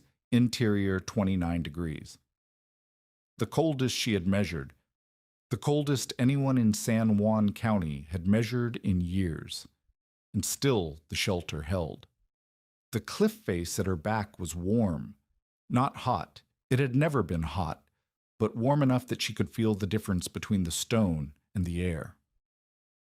The massive sandstone wall was still releasing heat it had absorbed days ago, weeks ago, the thermal mass so great that even this unprecedented cold could not drain it completely. She pressed her palms against the rock and whispered a prayer of thanks. Outside, the storm raged. Inside, Marta survived. The sound came just after dawn. Marta was half asleep, busy conserving energy the way she had learned to do during long, cold nights, when she heard something that did not belong, a scraping sound, a thump, the shuffle of something moving outside her door. She went rigid. Animals. There were animals in the canyon, coyotes, rabbits, the occasional deer. But they did not approach human shelters during storms. They hid the same way she was hiding, waiting for the danger to pass. This was not an animal. The scraping continued. Closer now, right outside the door. Marta reached for her hatchet, the same one she had used to fell the juniper poles, kept now beside her bedroll for exactly this kind of emergency. She gripped it in hands that were stiff with cold and age and waited. The door covering moved. A hand appeared at the edge. Brown skin, fingers blue with cold, nails cracked and bleeding. A human hand. The hand pulled the covering aside, and a face appeared in the gap. A girl. Young, 17, perhaps 18, with black hair matted with snow and ice, skin the color of copper, eyes so dark they were almost black. She was shaking violently, her whole body convulsing with cold, and when she opened her mouth to speak, no sound came out. Ute. She was Ute. Marta had seen Ute people before, at trading posts, occasionally on the trails, but never this close. Never in her shelter, never half frozen and clearly dying. The girl's lips were blue, her eyes were glassy. Hypothermia, advanced hypothermia. Another hour in this cold and she would be dead. Marta made her decision in less than a second. Inside, she said, reaching for the girl's arm. Now, inside. The girl did not understand the words, but she understood the gesture. She crawled through the doorway and collapsed on the floor of the shelter, still shaking, her breath coming in shallow gasps. Marta sealed the door and turned to assess the situation. One shelter, 48 square feet, barely room for one person to sleep comfortably, much less two. One pile of blankets, one warm cliff, one set of dwindling food supplies, one stranger who would die without help. She did not hesitate. Against the wall, she said, pointing to the cliff face. The rock is warm. Press your back against it. The girl stared at her blankly. Marta took her by the shoulders. The girl was light, far too light, nothing but bone and cold, stiffened muscle, and guided her to the back of the shelter. She pressed the girl's back against the cliff and wrapped her in the only spare blanket. Stay here. Do not move. She built a small fire. The first fire she had built inside the shelter since finishing it, the first use of her emergency fuel supply. The smoke had nowhere to go except out through the gaps in the door, and within minutes the interior was hazy and acrid. But it was warm, warmer than it had been. The fire and the cliff and the two bodies sharing a small space, the temperature rose. The girl stopped shaking. Her color began to return. Her breathing deepened. She looked at Marta with those dark eyes and said something in a language Marta did not understand. "You're welcome," Marta said, guessing at the meaning. The girl said something else, pointed at herself. Tumats. A name? A question? Marta did not know. She pointed at herself. Marta! Marta! The girl repeated it slowly, carefully. Then she pressed her hand against the warm cliff and said something that sounded like wonder. The storm continued through the day. Marta and the girl, she had said her name was something like Tumats, which Marta eventually understood to be pale morning when the girl traced the horizon with her finger and pointed at herself. sat together against the cliff face while the wind howled somewhere far above them. They could not speak to each other, not really, but they communicated in the way that humans have communicated since before language. Gestures, expressions, the shared understanding of two creatures trying to survive. Pale Morning had been traveling between camps when the storm caught her. That much Marta understood from the girl's pantomime story, walking, then wind, then cold, then falling, then crawling, then finding the canyon, then finding the shelter. She had seen the smoke from Marta's small fire and followed it to the door. Smoke. The fire that Marta had been so careful to avoid had saved this girl's life. The irony was not lost on her. By noon, the small fire had burned down to coals. Marta did not rebuild it.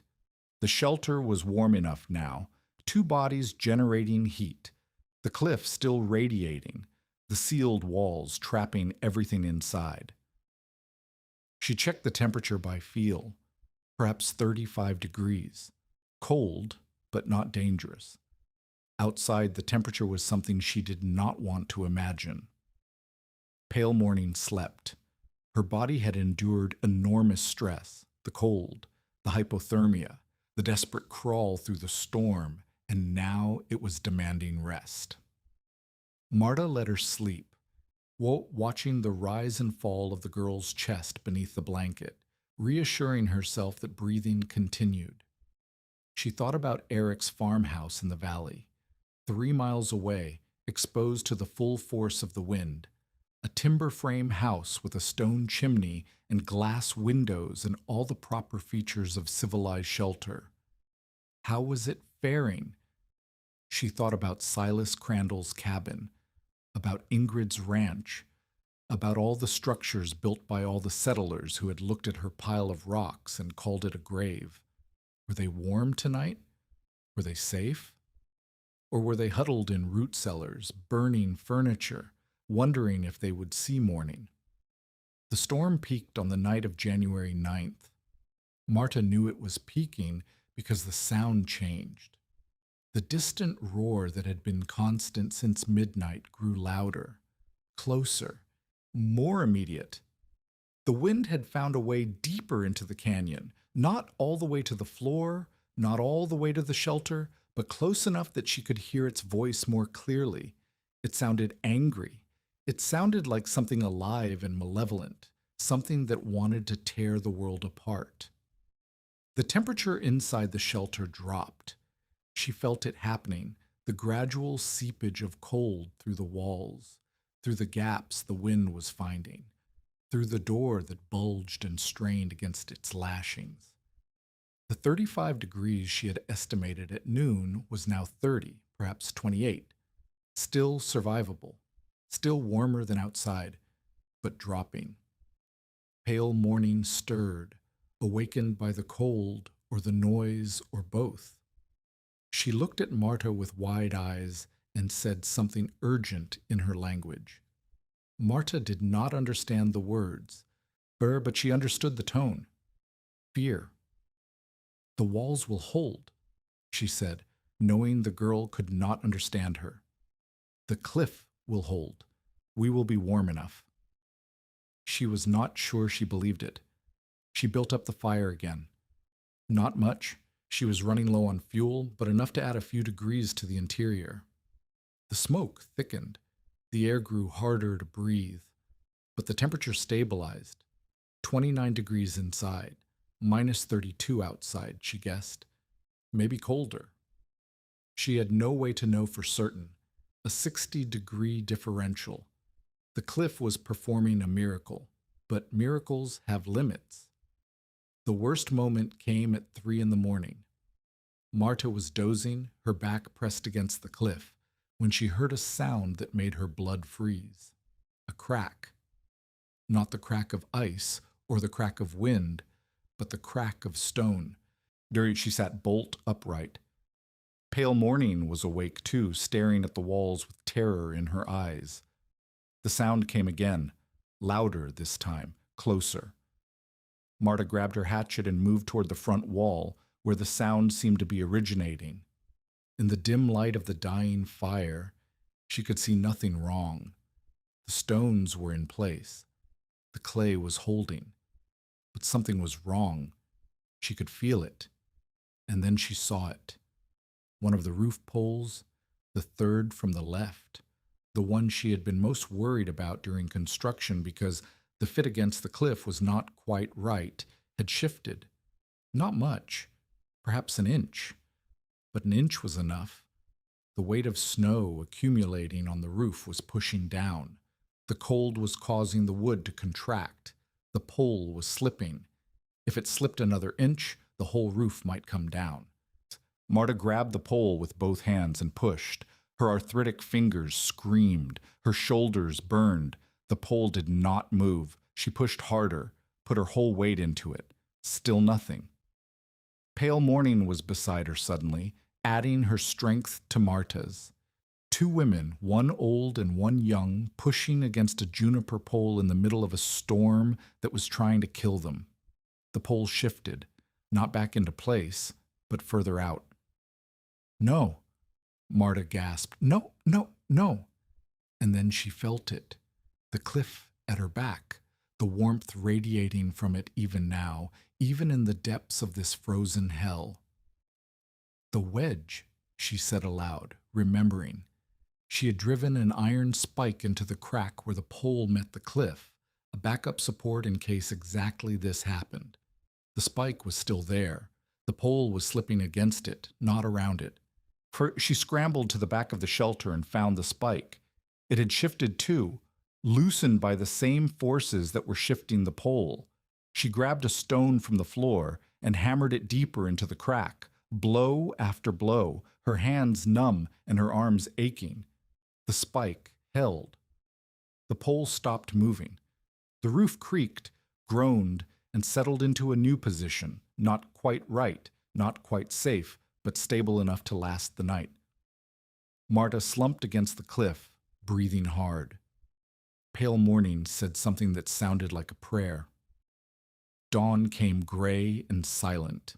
The wind had stopped sometime in the hours before sunrise, fading from a roar to a howl to a whisper to nothing. The storm had passed. The world outside was still and cold and waiting. Marta pushed the door covering aside and looked out. The canyon was transformed. But snow lay 3 feet deep on the floor, drifted against the walls in great white waves that rose higher than her head. The juniper trees were bent and broken, their branches heavy with ice. The sky was the color of steel, flat and featureless, promising nothing. The temperature hit her like a physical blow. She guessed -15, maybe -20. Warmer than last night, but still cold enough to kill. She stepped back inside and sealed the door. "We wait," she told Pale Morning, "until it warms." The girl nodded, understanding the gesture, if not the words. They waited. By noon, the temperature had climbed to -8 degrees. Still cold, still dangerous, but survivable if you kept moving. Marta ventured outside to assess the damage. The shelter had survived intact, the roof sagging slightly where the pole had shifted, but holding. The walls were still standing. The clay had cracked in a dozen new places, but nothing had collapsed. She had survived the worst storm in years. She climbed to the ledge above the shelter and looked toward the valley. What she saw made her stomach drop.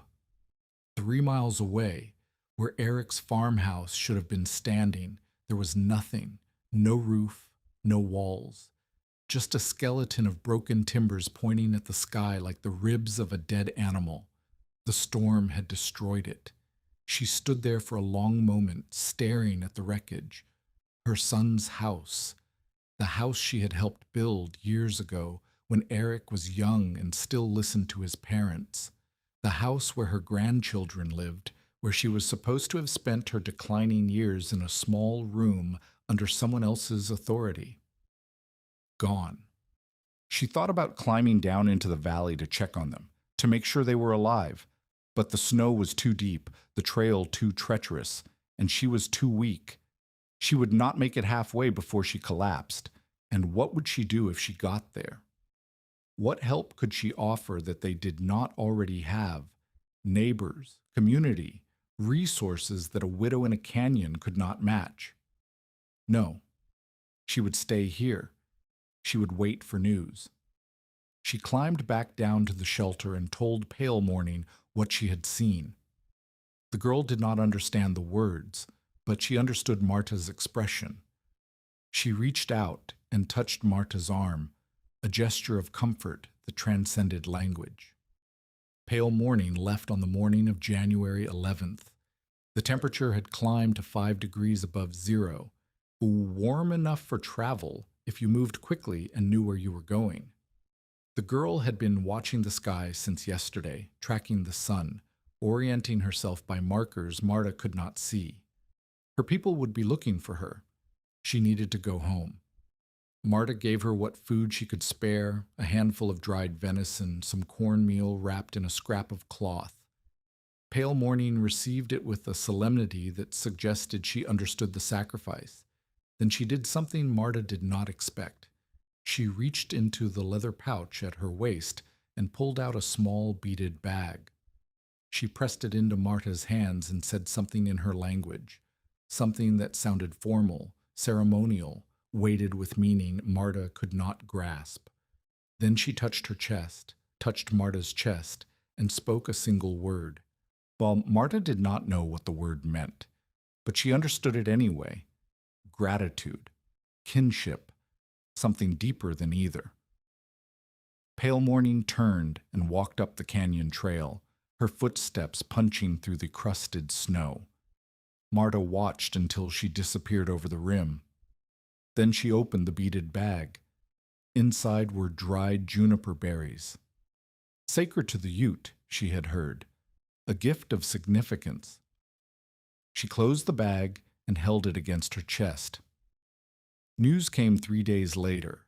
Ingrid Hammerson appeared at the canyon rim on January the 14th, leading her mare down the trail with the careful steps of a woman who had nearly died reaching this place. She was bundled in so many layers of wool and fur that she looked twice her normal size, and her face was red and chapped from cold. "You are alive," she said when she reached the shelter. "I am. God in heaven." Ingrid dismounted and embraced her, a fierce, desperate embrace that spoke of fear and relief in equal measure. "We thought you were dead. Everyone thought you were dead. The storm. I survived." "How?"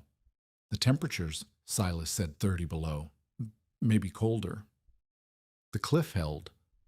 Marta gestured at the sandstone face behind them.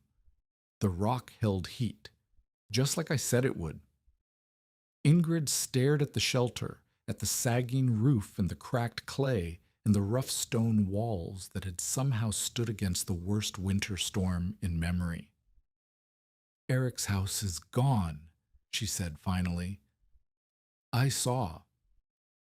They survived. All of them. But only because they made it to the root cellar before the roof came off. They burned everything, every piece of furniture, every scrap of wood to stay alive until the storm passed. And then they walked to our ranch, 6 of them, half frozen. Eric's youngest, the baby, the one born in November, nearly died.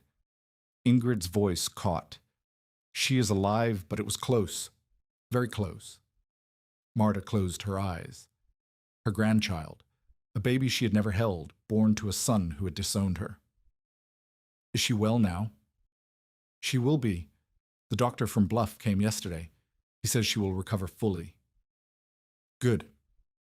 There was a silence between them, the weight of everything that had happened and everything that had not been said. "Eric knows you survived," Ingrid said finally. "Does he?" Word spread. A Ute woman came to one of the ranches looking for her family. She told them, through gestures and a few words of English she had learned, about a Norwegian woman in a canyon who had saved her life. A woman in a stone shelter against a cliff. pale morning, spreading the story. What did Eric say? Nothing. He said nothing. Ingrid paused, but he listened, and when Silas asked him if he wanted to come see for himself, he did not refuse. He is coming here? No, not yet. He is... Ingrid struggled for the words. He is not ready, but he knows, Marta. He knows that his house fell and yours stood. He knows that his proper shelter failed and your pile of rocks succeeded. That is not vindication, Marta said. That is just truth. Sometimes truth is enough. Silas Crandall arrived 3 days later. He came alone. He's riding his gray gelding down the canyon trail with the slow deliberation of a man who had seen many things in his life and was about to add one more to the list. The storm had aged him. Marta could see it in the way he moved, the stiffness that had not been there before, but his eyes were sharp as ever. He dismounted outside the shelter and stood looking at it. Marta waited. Finally he spoke. I have built 3 houses in my life, log, frame, and adobe. Good houses, strong houses, houses that I was proud of. I know. None of them could have held 40 degrees through that storm without constant fire. He stepped closer to the shelter, running his hands over the rough stone walls. I had to burn every piece of furniture in my cabin to keep my chimney fire going. I nearly burned the cabin down, trying to stay warm. I heard. My chimney caught fire. The heat cracked the stones. I spent 2 hours in the middle of that storm, in that cold throwing snow on my own roof to keep my house from becoming my grave. Marta said nothing. Silas turned to face her. His expression was complicated, pride and humility, and something that might have been shame, all mixed together. I called this a pile of rocks. I called you a fool. I said you would freeze, and there would be no one to find your body until spring. You did. I was wrong. The words seemed to cost him something. You built something I did not understand, something I did not believe was possible, and it worked when everything else failed. The cliff did the work. I just gave it a place to share the heat. Do not be modest, Marta. You saw something no one else saw. You remembered something no one else remembered. You built something from nothing, alone, at 57 years old with arthritic hands and $13. He shook his head slowly. I have lived in this territory for 30 years. I have never seen anything like it. Will you show me how it works? He asked. The question surprised her. Silas Crandall, who had buried 2 wives and 3 children, who had survived 29 winters, who was the most experienced settler in San Juan County, asking her to teach him. Yes, she said, I will show you. She led him inside the shelter. She explained the orientation, south-facing, to catch the winter sun. She explained the thermal mass, the cliff absorbing heat all day and releasing it all night. She explained the insulation, double walls, packed clay, the small volume. She let him touch the cliff face and feel the warmth that still radiated from it even now, days after the storm had passed. Silas listened without interrupting. When she finished, he stood in the middle of the shelter and looked up at the rough ceiling, the sagging poles, the simple structure that had saved her life. My wife used to talk about her grandmother's house in Sweden, he said quietly. Built into a hillside. She said it was always warm, even in the coldest winters. I thought she was exaggerating. She was not. No. He ducked back out into the daylight. I will tell people about this, about what you built. There are families in this county who cannot afford timber, cannot afford labor, cannot afford to build the way we have been building. They need to know there is another way. Tell them, Marta said. Tell anyone who will listen. Silas mounted his horse. He looked down at her, the old woman in the canyon, the widow everyone had written off, and for the first time since she had known him, he smiled. "You are not the most foolish woman in Utah territory," he said. "You might be the wisest." He rode up the trail. Marta watched him go. They came in waves after that. First the curious settlers who had heard the story and wanted to see for themselves. They walked the canyon trail and stood outside Marta's shelter and touched the walls and shook their heads in wonder. Some of them asked questions. Some of them just stared. Then the desperate families who had lost homes in the storm, families who had been living in root cellars and neighbors' barns, families who needed shelter and could not afford to build conventionally. They came with notebooks and measuring sticks, sketching the dimensions, asking about materials, trying to understand how stone and cliff and sun could combine to keep a person alive. Marta taught them all. She drew diagrams in the dirt. She explained the principles her father had taught her 40 years ago in a language she barely remembered. She showed them how to find south-facing cliff faces, how to stack stones without mortar, how to seal gaps with clay, how to build a roof that would hold. "You do not fight the cold," she told them. "You let the sun fight it for you." Some of them understood. Some of them did not. But the knowledge spread. By February, 2 families had begun building cliff-adjacent shelters of their own, crude structures, experimental, but built on the same principles. By March, there were 5. By the following winter, there were 7. The design spread quietly, passed from hand to hand like fire passed between candles. It was not a revolution, it was not a transformation, but it was something, a choice, an option, a way to survive when conventional methods were out of reach.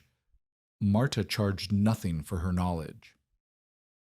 "The cliff belongs to no one," she told them. "Neither does the sun." Ingrid Hammerson came to visit in late February.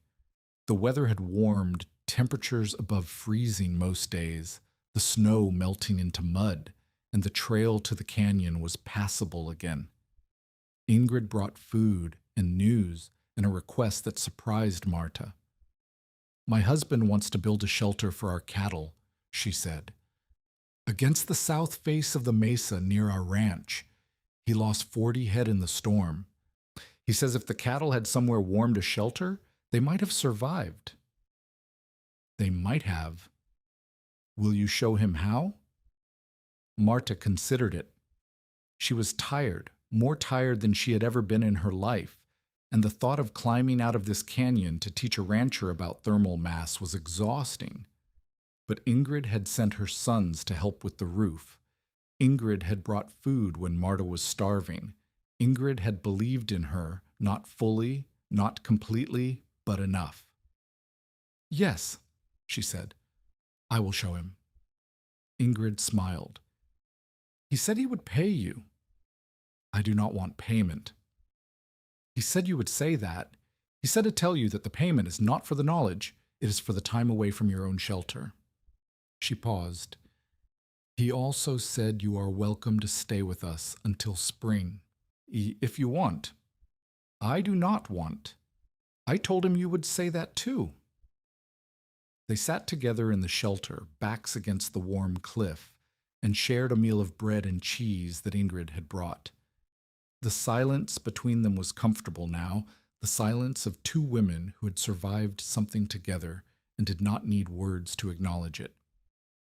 "The Mormon wives have stopped calling you mad," Ingrid said eventually. "Have they? Now they say you have old wisdom, Norwegian wisdom. They say your father must have been a very special man." Marta thought about Lars Halvorsen, dead 23 years, buried in a churchyard she would never see again.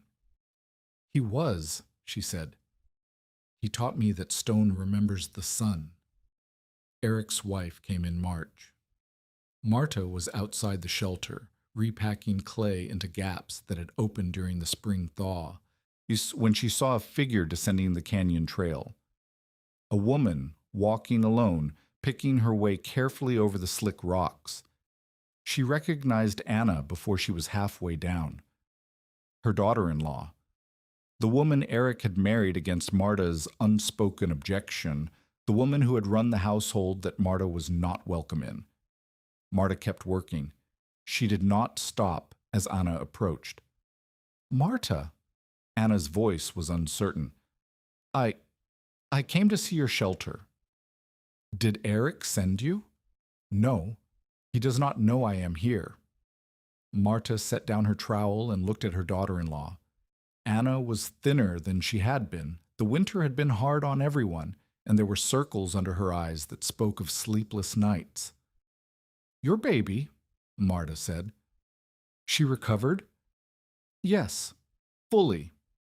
The doctor says she will be fine." "Good."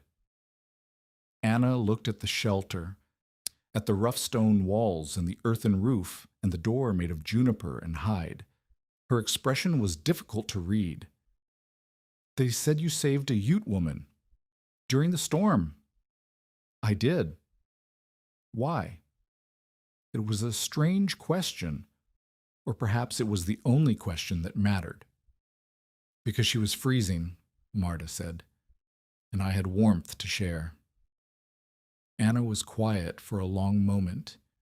Then she nodded slowly, as if she had received the answer she was looking for. "Our house is gone," she said. "Eric is rebuilding, but it will take months. We are living with the Hammersons until then." "I heard." "The children ask about you, the older ones. They want to know why their grandmother lives in a cave." "I do not live in a cave. I live in a shelter." "That is what I told them." Anna paused. "They want to visit." Marta's breath caught in her chest. Her grandchildren. The children she had helped raise before Eric decided she was a burden. The children she had not seen in more than 6 months. "Eric will not allow it." "Eric does not need to know.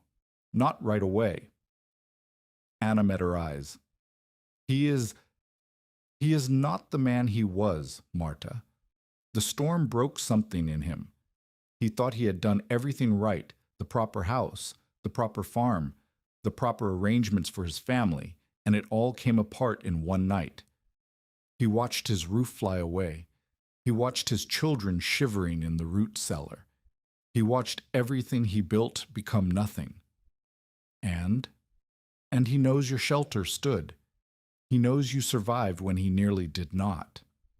Anna's voice softened. He has not said it. He will not say it, but he knows. Marta thought about her son, about the boy he had been, curious, eager, and always wanting to help his father in the fields. About the man he had become, hard, certain, convinced that he knew the right way to do everything. About the father who might, after all this, be capable of change. "Bring the children," she said. "When Eric is ready, bring him too." Anna nodded. She did not promise anything, could not promise anything, but the nod was enough. She turned and climbed back up the trail. Marta watched her go.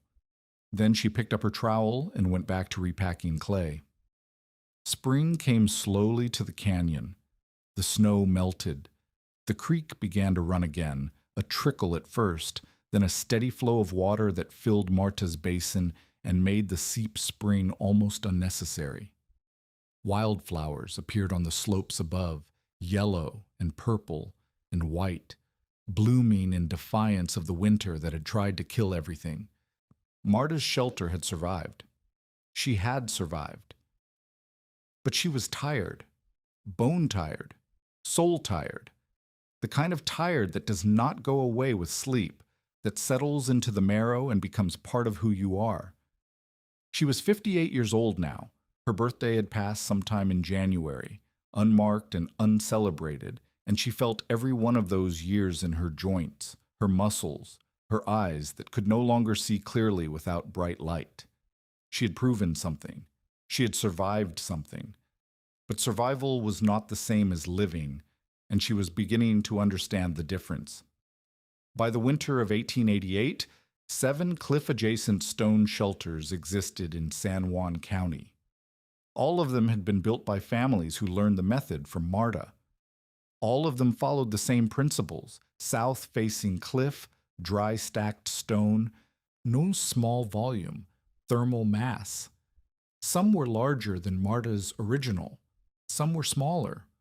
All of them worked. The design spread quietly among settlers who could not afford conventional construction.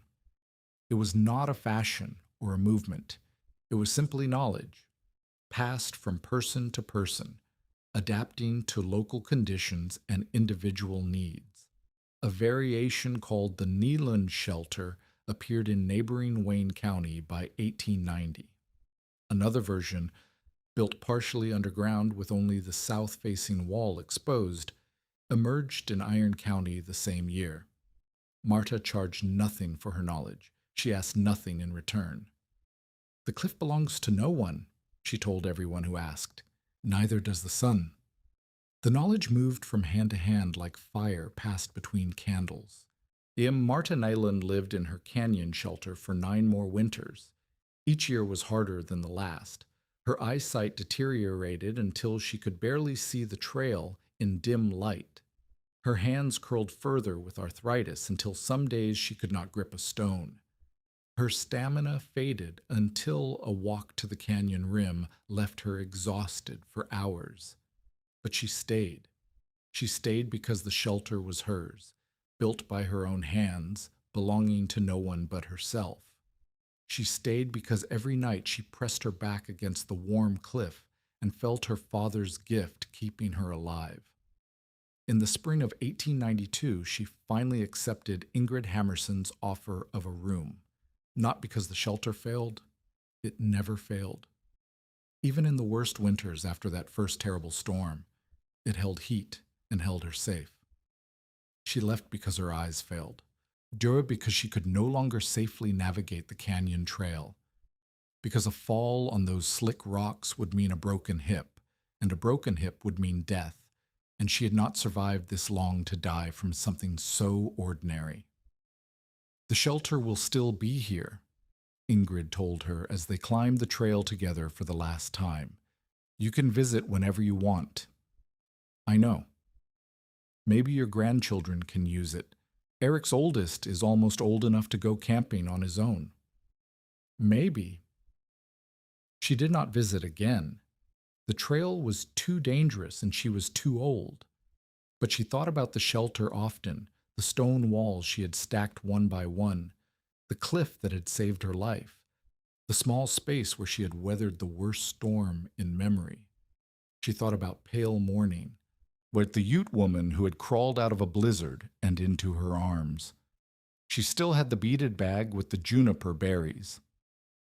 She kept it on a shelf beside her bed in Ingrid's house, a reminder of the night when 2 strangers had shared warmth and survived. She thought about her father, about stone remembering the sun, about lessons taught in a language she barely remembered, in a country she would never see again. She died in the spring of 1894, at 65 years old. It was a quiet death, a good death, as deaths go. She fell asleep in her bed beside Ingrid's fireplace and did not wake up.